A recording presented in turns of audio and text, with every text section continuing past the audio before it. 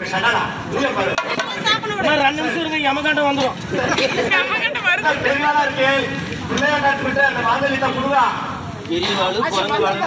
Attack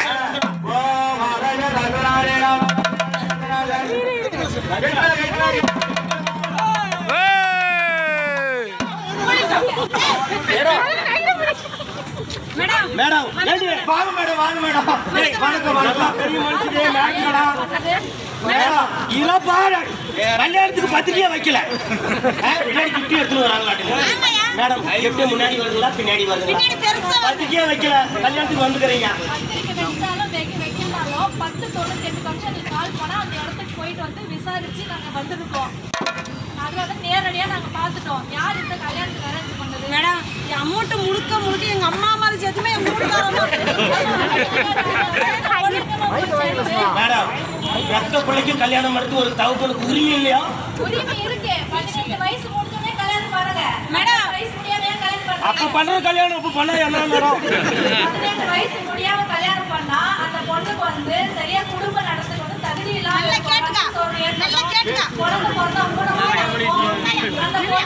அந்த பொண்ணுக்கு குழந்தை பிறந்ததுல இருந்து 18 வயசு ஆகுற வரைக்கும் அந்த தாய் தந்தைக்கு வந்து குழந்தை தான் அது.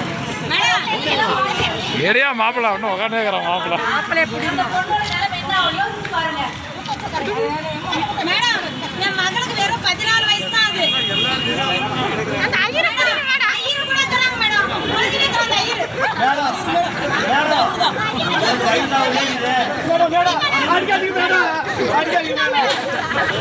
மேடம் குழந்தைங்களுக்கு என்னடா வயசுல கல்யாணம் பண்ணணும்?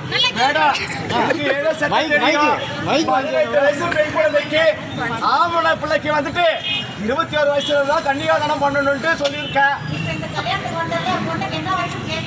எனக்கு என்ன தெரியும்? அவ குடுக்குறா, அழைப்பு கொடுத்தா வந்து விட்டேன். தப்பா எடுத்துக்காத மேடம். மேடம் மேடம் அடிக்காதீங்க மேடம்.